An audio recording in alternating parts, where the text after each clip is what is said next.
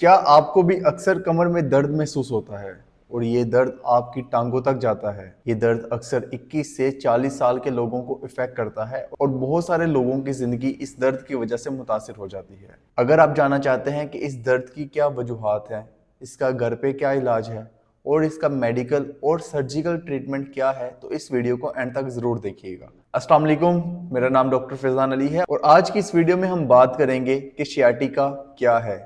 Sciatica एक nerve related problem है जो कि हमारी शियाटिक नर्व पर प्रेशर पड़ने या फिर उसकी इरिटेशन या इंजरी की वजह से हो जाता है। शियाटिक नर्व हमारी बॉडी की सबसे बड़ी नर्व है जो कि L4, L5, S1, S2 और S3 वर्टिब्रा से निकलकर हमारी दोनों टांगों तक जाती है। जब इस नर्व पर प्रेशर पड़ता है या फिर इसकी इंजरी हो जाती है तो हमारी कमर में दर्द महसूस होती है और इसके साथ साथ दर्द, जलन और सुनपन हमारी टांगों तक महसूस होता है, जिसको शियाटिका कहते हैं।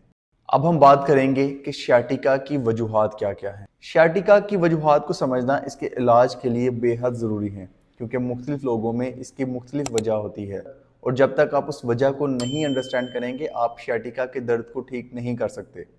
शियाटिका की वजूहात बहुत डाइवर्स हैं, जिसमें आम पट्टे के खिंचाव से लेकर रीढ़ की हड्डी का स्लिप हो जाना शामिल है। अगर हम सबसे पहली वजह की बात करें तो उसमें आता है हर्निएटेड या फिर स्लिप्ड डिस्क। ये तब होता है जब हमारी रीढ़ की हड्डी की डिस्क अपनी जगह से थोड़ी स्लिप हो जाती है। ये हमारी शियाटिक नर्व पर प्रेशर डालती है, जिसकी वजह से हमें दर्द महसूस होता है। इसके साथ साथ शियाटिका की दूसरी बड़ी वजह है स्पाइनल स्टीनोसिस, यानी हमारी रीढ़ की हड्डी के दरमियान गैप कम हो जाता है।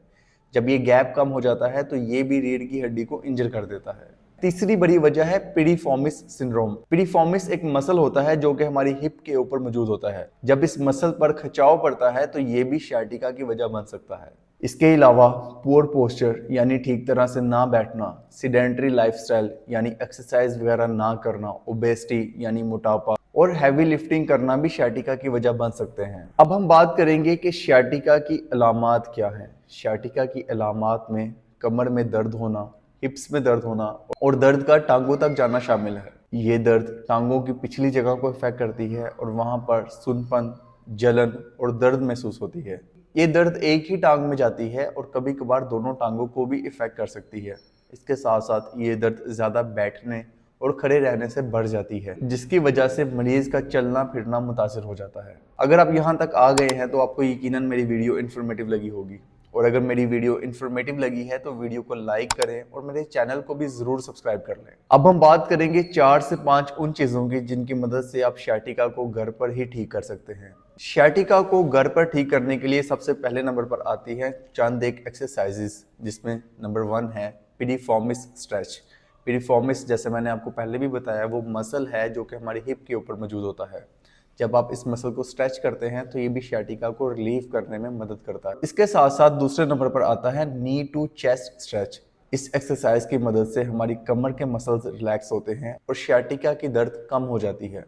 तीसरे नंबर पर आता है cat cow and child's pose. ये योगा का एक पोज है जिसकी मदद से आपकी स्पाइन फ्लेक्सिबल होती है और आपकी रीढ़ की हड्डी को सुकून मिलता है।